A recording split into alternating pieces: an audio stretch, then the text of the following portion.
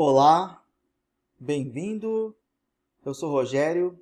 Venho hoje com a notícia não muito boa. Saiu uma matéria aí no UOL Notícias e o título diz o seguinte: Governo define que não haverá concurso público em 2020. Aí você deve estar pensando, poxa, em 2020, estamos em 2019, estão falando sobre 2020?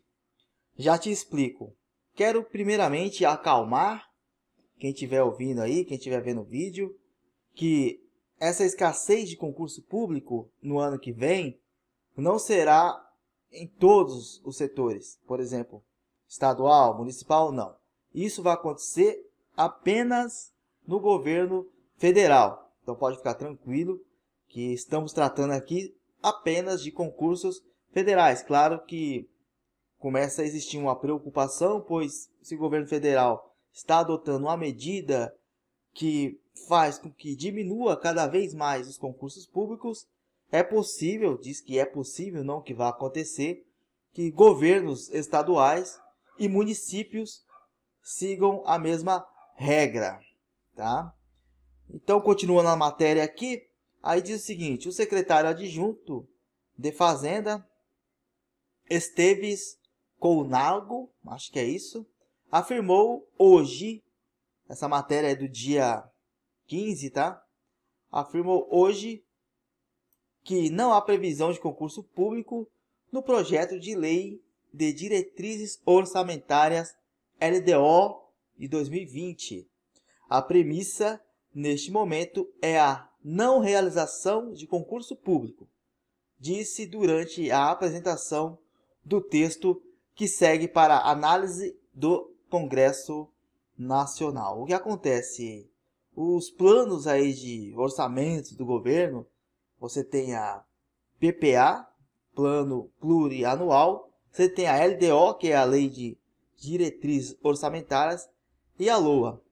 A LDO, ela, falando aqui em linhas gerais, em grosso modo, não é uma coisa muito profunda, só o basicão aqui. A LDO, ela vai direcionar as prioridades. Qual que é a prioridade do governo, onde que ele vai investir. E concursos públicos está fora das prioridades. E por que estamos falando agora que em 2020 não tem concurso público? Porque a LDO, a PPA, LDO, LOA, é feito sempre antes. Então a LDO é feita um ano antes da execução. Então a LDO é criada agora em 2019, já prevendo os orçamentos de 2020. E o governo afirma que concursos públicos não está na prioridade, não está na lei de diretrizes orçamentárias de 2020. Tá? Continuando a matéria, vai falando um pouco ali sobre o caso e ela dá ênfase em um detalhe. Ela diz assim, ó, só militares têm reajuste previsto.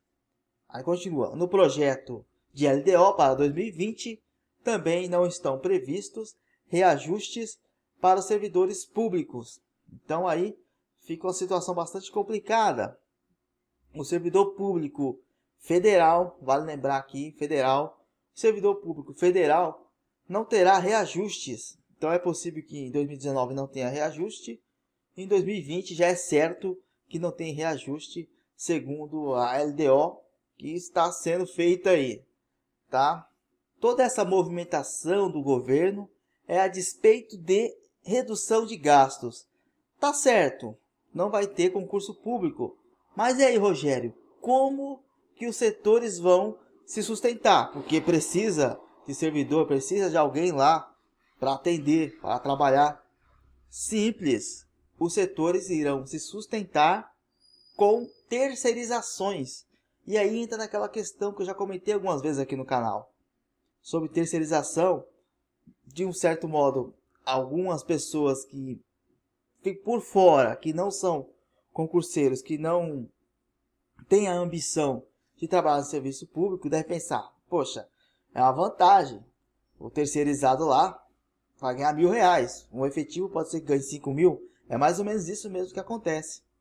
Há casos em que um servidor efetivo ganha 5.000, aí pega um terceirizado que ganha um salário e faz a mesma coisa daquele que ganha 5 mil. Mas isso aí não é lá vantagem. Se você for analisar, vale pensar o seguinte, aquela questão que eu já falei aqui no canal algumas vezes. Quem são os donos dessas empresas terceirizadas? Você é dono de empresa terceirizada? Seu vizinho é? Seu tio? Eu não sou dono de empresa que terceiriza serviços no governo. Então, quando eles fazem essas medidas, há interesses. Existem empresas interessadas nesse assunto de terceirização. Opa, terceirizar serviço lá no governo é com a gente mesmo.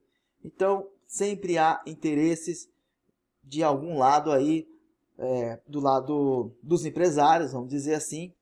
E também outras questões.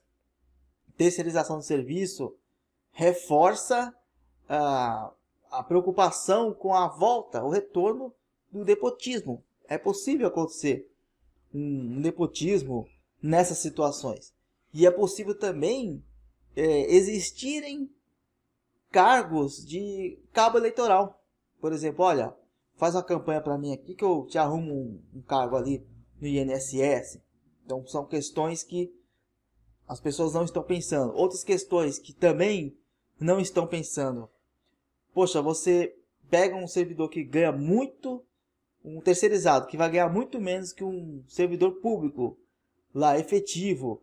As condições de trabalho dele não são boas, porque ele vai ganhar muito pouco. Provavelmente vai trabalhar mais, porque vai trabalhar sob pressão, porque ele pode ser demitido.